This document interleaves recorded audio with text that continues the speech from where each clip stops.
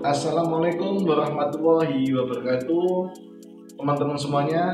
Di video kali ini saya akan membahas yaitu 11 item atau 11 komponen yang harus kita cek sebelum kita berkendara menggunakan mobil kita. Video ini saya buat bertujuan supaya teman-teman semuanya, terutama diri saya, pada saat kita akan melakukan perjalanan jauh, kita bisa meminimalisasi atau mengurangi resiko kerusakan mobil kita pada saat di tengah perjalanan. Simak terus video saya sampai.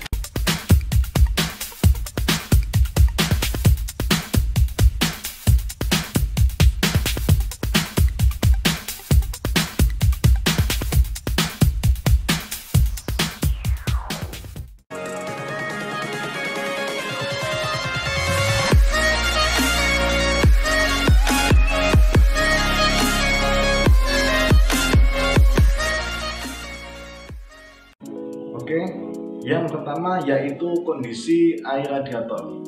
Pastikan kondisi air radiator pada mobil kita dalam keadaan penuh dan kondisi air radiator di reservoir tank atau tabung cadangan radiator dalam batas level, tidak perlu penuh.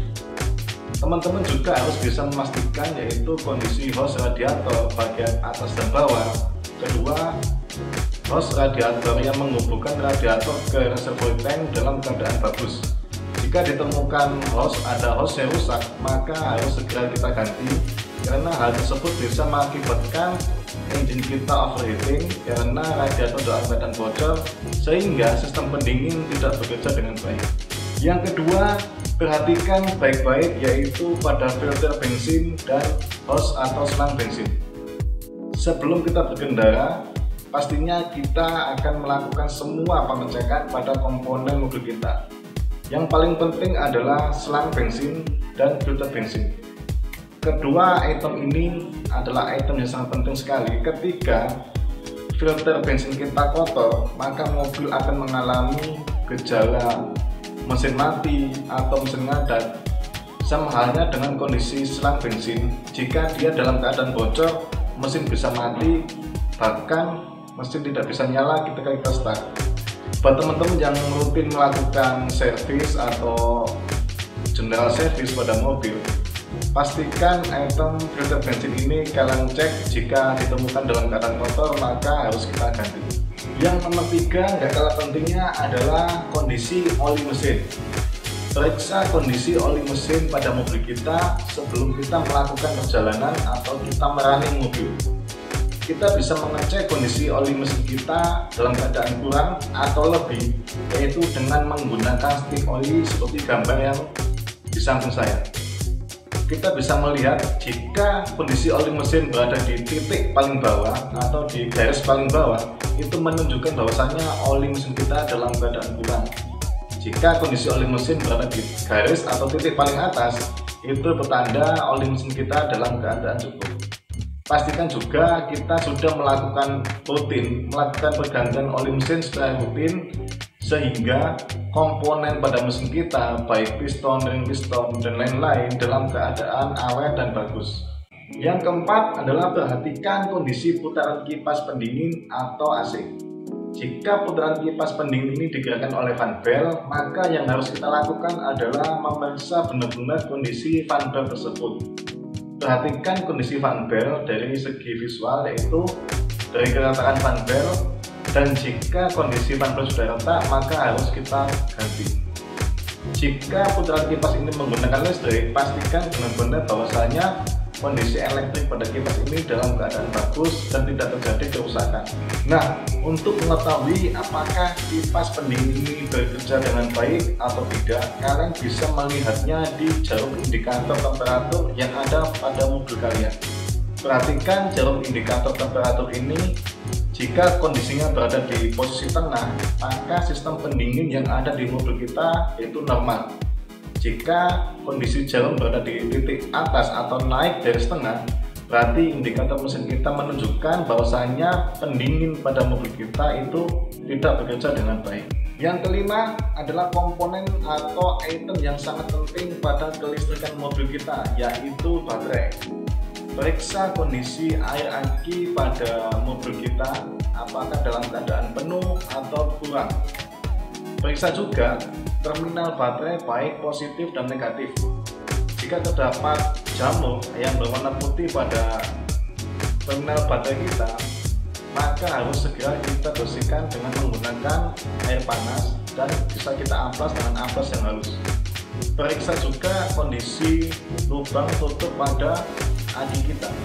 Jika lubang tutup ini mampet, bisa mengakibatkan kondisi baterai kita akan gembung karena dia tidak bisa memuai pada saat dia overcharge. Tapi untuk teman-teman yang mobilnya sudah menggunakan baterai MF atau maintenance free, kalian tidak usah repot-repot untuk mengecek kondisi air baterai tersebut, karena kita hanya perlu memperhatikan indikator seperti gambar yang di samping, apakah berwarna hijau atau putih bahkan merah. Jika kondisi warna hijau itu menunjukkan bahwasanya baterai kita dalam keadaan bagus. Jika warna putih, maka baterai harus kita lakukan recharge atau pengecasan ulang, dan jika merah itu bertanda baterai sudah mengalami kerusakan. Yang keenam adalah timing belt. Timing belt pada setiap mobil memiliki interval waktu pergantian yang berbeda. Pada umumnya timing belt ini diganti di jarak kilometer antara 50.000 km sampai 60.000 km. Jika sudah mencapai kilometer tersebut, maka kita harus segera mengganti timing belt tersebut. Jika tidak, timing belt ini akan putus dan berakibat fatal pada mobil kita. Yang ketujuh adalah kondisi rem pada mobil kita.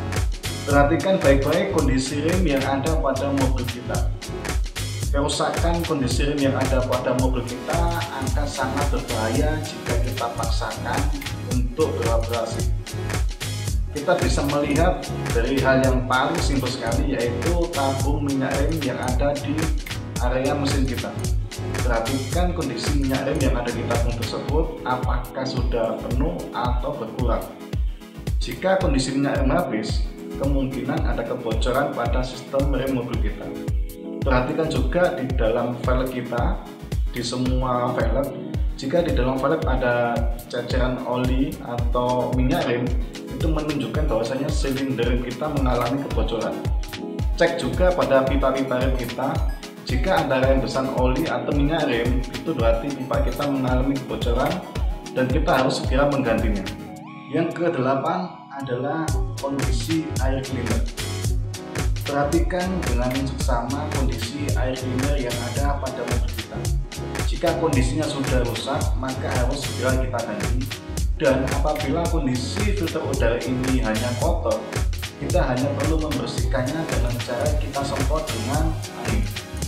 Perhatikan benar-benar kondisi air filter ini atau filter udara ini, karena jika komponen atau spare part ini rusak dan kita paksakan untuk kita gunakan, maka debu yang harusnya disaring oleh air cleaner itu tidak bisa disaring, sehingga debu ini akan masuk ke ruang engine kita dan mengakibatkan engine kita akan cepat rusak. Yang kesembilan adalah kondisi ban. Perhatikan kondisi ban kita, terutama di bagian ban depan, ban belakang, maupun ban spek.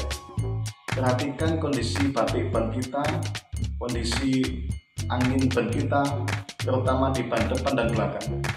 Jika kondisi batik pada ban kita sudah aus atau TWI, treadmill indikator kita sudah menunjukkan limit dari keausan ban tersebut, maka ban tersebut harus kita ganti. Perhatikan juga yang gak kalah penting adalah ban cadangan kita. Jika ban cadangan kita mengalami bocor atau rusak, maka harus kita tambal. Jika tidak bisa, harus kita ganti. Yang ke-10 adalah komponen atau item yang sangat penting sekali, terutama pada saat kita berkendara pada malam hari, yaitu lampu pada mobil kita. Perhatikan semua lampu yang ada pada mobil kita, terutama lampu bagian depan, baik lampu bagian belakang seperti lampu rem, lampu sen, lampu mundur, dan lampu hazard. Pastikan semua lampu ini bekerja dengan baik dan dapat digunakan setiap saat. Jika ada lampu yang mati, maka harus segera kita ganti, dan jika ada kelistrikan yang rusak, maka harus segera kita perbaiki. Dan yang terakhir, yang ke-11 adalah item atau komponen yang berguna sekali pada saat kita berkendara dalam kondisi hujan. Ya, wiper blade atau wiper. Item ini harus berfungsi dengan baik karena pada saat kita berkendara di tengah jalan tiba-tiba hujan, maka kita akan sangat perlu sekali yang namanya wiper. Jika wiper ini mengalami kerusakan, maka akan sangat mengganggu pandangan kita pada saat kita berkendara di kondisi hujan. Oke teman-teman, demikian tadi 11 item yang harus kita periksa sebelum kita melakukan perjalanan jauh menggunakan mobil kita. Perhatikan benar-benar semua item yang ada di mobil kita, terutama 11 item tadi. Hal ini kegunaannya adalah untuk mempermudah kita dalam melakukan perjalanan, terutama perjalanan jauh, supaya kita bisa berkendara dengan nyaman dan aman. Demikian dari saya, sekian dan